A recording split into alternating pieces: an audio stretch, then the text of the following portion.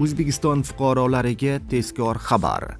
2026-yilda O'zbekistonda bola puli, moddiy yordamlar, imtiyozlar kimlarga qancha beriladi?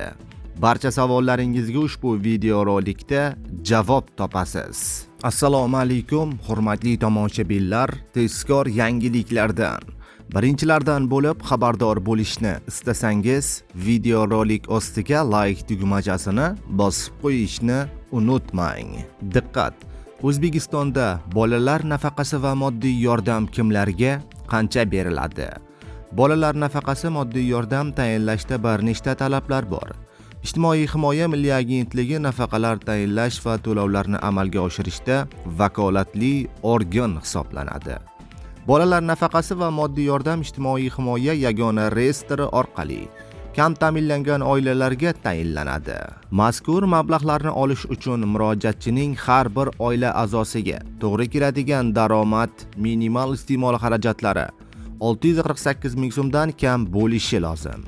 Bolalar nafaqasi va moddiy yordam tayinlashda arizachining mehnatga layoqatli oila a'zolari band bo'lishi yoki mehnat organlariga murojaat qilgan bo'lishi kerak. Shu bilan birga talablarda bittadan ko'p ko'chmas mulk, notarial ko'chmas mulk, yangi avtomashinasi, bankdan katta miqdorda depoziti va qimmatbaho qog'ozlari bo'lmasligi ham inobatga olinadi. Yangi tartib O'zbekistonda 2024-yilning 1-mayidan boshlab may.gov.uz portali orqali bolalar nafaqasi va moddiy yordamlar uchun onlayn ariza berish imkoniyati yaratildi.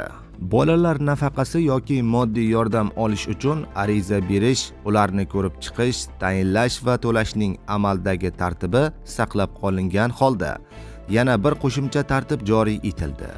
Unga ko'ra, endilikda arizachi mahalla fuqarolar yig'iniga tashrif buyurib, Inson ijtimoiy xizmatlari markazi direktori nomidan ariza bilan murojaat qilishi mumkin. Umuman olganda har ikkala usulda topshirilgan arizalar bir xil muddatda va bir xil mezonlar asosida ko'rib chiqiladi. Qancha to'lanadi? Hozirda bolalar nafaqasi miqdori oilada 3 yoshgacha bo'lgan bir bola uchun 325 ming so'm, eng birinchi farzand 3 yoshdan katta bo'lsa unga 250 ming so'm to'lanadi. Keyingi ikkinchi farzandlarga ikki holatda ham 150 ming so'mdan beriladi. Keyingi farzandlarning har biri uchun 100 ming so'mdan qo'shilib ketaveriladi. Moddiy yordamning miqdori esa oyiga 380 ming so'm. Oilalarda birinchisidan keyingi farzandlar tug'ilish holatlari bor. Amaldagi tartibga binoan yangi tug'ilgan chaqaloq tug'ilganida ma'lumotnomasi fiqh-diyo organlari axborot tizimidan olinadi va avtomat tarzda olinadi, ya'ni fuqarolar yangi farzand tug'ilgach bolalar nafaqasi qayd hisoblari bo'yicha murojaat qilmaydi. Bola tug'ilgan sanadan ma'lumotlar avtomat ravishda dasturga keladi. Keyingi oyning 1-sanasidan pul miqdori yangi tug'ilgan bola ham qo'shiladi. Qayta hisoblab olinaveriladi. Eslatib o'tamiz, ijtimoiy to'lovlar bilan bog'liq barcha savollar tuman yoki shahardagi Inson ijtimoiy xizmatlar markaziga murojaat qilishingiz mumkin. Ijtimoiy himoya yagona reyestri haqida. O'zbekistonda bolalar nafaqasi va moddiy yordam tayinlash ijtimoiy himoya yagona reyestri orqali amalga oshiriladi.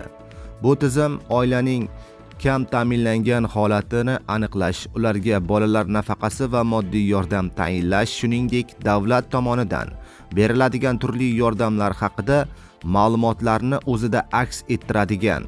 Hozirgi kunda 2,2 million oilaga shu tizim orqali bolalar nafaqasi, moddiy yordam to'lab kelinyapti.